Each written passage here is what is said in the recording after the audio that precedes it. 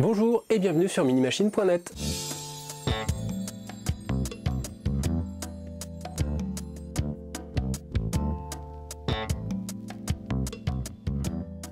Depuis quelques jours est sorti sur le market Google Play CPU-Z, qui est une petite application qui permet de connaître un petit peu mieux sa tablette Android. Ce qui est intéressant avec CPU-Z, c'est qu'on connaît le CPU, on va aller en détail dans les caractéristiques de son processeur et d'autres informations qui sont assez importantes comme l'état de la batterie, etc. Là où c'est très intéressant, c'est un programme que j'appelais de mes voeux depuis très longtemps sur Android, c'est que ça permet de mieux connaître ce qu'il y a vraiment dans sa tablette. Je pense en particulier des tablettes no-name, et pas forcément que no-name. Il y a des marques qui commencent à être connues en Asie, qui livrent des tablettes avec des processeurs qui sont maquillés. On l'a vu pour différents modèles, et c'est pas forcément génial de recevoir une tablette qui est annoncée comme un Cortex A9 par exemple, alors qu'elle n'est qu'en Cortex A7 ou en Cortex A5, voire pire en Cortex A8, donc des anciennes générations de processeurs. Donc ça va permettre peut-être de faire un peu mieux le ménage, et on va pouvoir demander notamment aux revendeurs de nous faire une capture d'écran de CPU-Z en action sur la tablette pour qu'on voit vraiment ce qu'il y a à l'intérieur de celle-ci. Donc en pratique, voilà ce que ça donne. On lance le petit programme. Je vais l'installer là, vous le verrez mieux. Donc CPU-Z, et on a automatiquement toutes les informations sur la machine. Alors par exemple ici j'ai un Tegra 3, donc c'est la Nexus 7 de Google, Tegra 3 à 1,3 GHz, ARM Cortex A9, donc tout ça on le sait, 4 processeurs plus 1, il y a le corps compagnon qui est là pour aider la machine à consommer moins, on a les fréquences d'utilisation, chaque processeur est ce qu'il fait, chaque cœur du processeur est ce qu'il fait, la charge du processeur, le type de carte de chipset graphique, donc là c'est un Tegra 3, donc tout est bien détaillé. Système, on a l'état du système, la version, quel fabricant, etc., etc., la définition de l'écran, la mémoire totale de la machine, ce qui reste comme stockage à l'intérieur de la machine, etc., etc. Donc tout ça c'est très détaillé, très intéressant parce qu'on a vraiment un détail précis de chaque élément.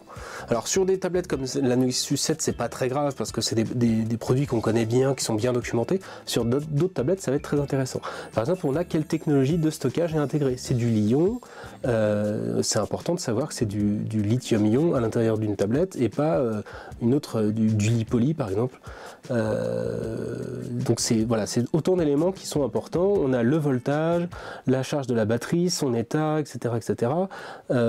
Sa température, il y a un petit capteur, un petit thermomètre intégré à la tablette, donc on a cette information supplémentaire sur la température de la tablette. Les capteurs, donc on a toute la batterie de capteurs qui sont intégrés, donc les gyroscopes, accéléromètres, etc., etc. La boussole, bon, tout est vraiment très détaillé, et on a en plus par exemple quelque chose qu'on va pouvoir voir ici à l'image, c'est le capteur de luminosité. Donc là j'ai un petit capteur de luminosité au-dessus de la tablette, je suis à 1500 lux, je mets mon doigt dessus et je redescends à 16, 10, et si je l'éteins complètement, voilà, je suis à 0. C'est en temps réel, c'est vraiment intéressant de savoir exactement où en est la tablette, et si on vous l'a vendu comme ayant un capteur de luminosité, vous verrez très vite si on a un ou pas avec ce petit programme. Donc là c'est la Nexus 7, on va regarder sur un autre modèle un petit peu plus exotique. C'est la Hyundai T7, donc qui est sous processeur Exynos 4412, donc un 4 cœurs Cortex A9, c'est bien indiqué. La technologie de gravure en 32 nanos, on a tout qui est détaillé, et le chipset graphique c'est un Mali 400MP. Donc voilà, tout ça c'est vraiment très détaillé, c'est très intéressant. Le système, encore une fois, on a la version d'Android, qui fabrique, quoi, etc., ce qui reste comme place, la définition, tout ça c'est encore une fois très détaillé. La batterie, quelle capacité, le voltage de la batterie, quelle température, où elle en est, la condition de la batterie, et les capteurs. On s'aperçoit qu'ici il n'y a pas de capteur de luminosité, il y a juste un accéléromètre, et il manque beaucoup de capteurs par rapport à la tablette qu'on vient de voir chez Google. Troisième exemple, ici avec la PhonePad, donc qui est sous processeur Intel.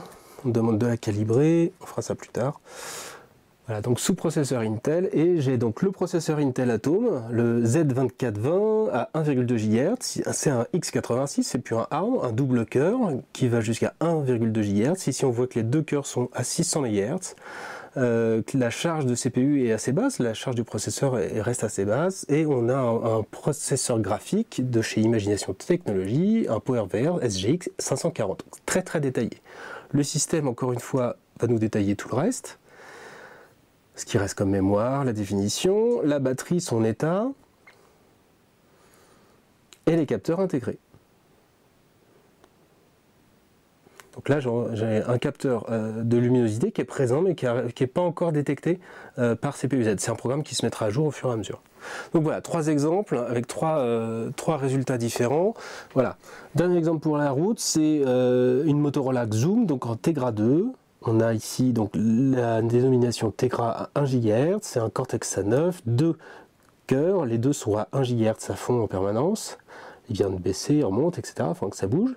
Le processeur graphique Integra, le système va nous détailler tout le système. On est en 4.1.2 en Android Jelly Bean, ce qui reste comme place, etc. La batterie, donc on s'aperçoit que c'est une 10 pouces, il y a une grosse batterie.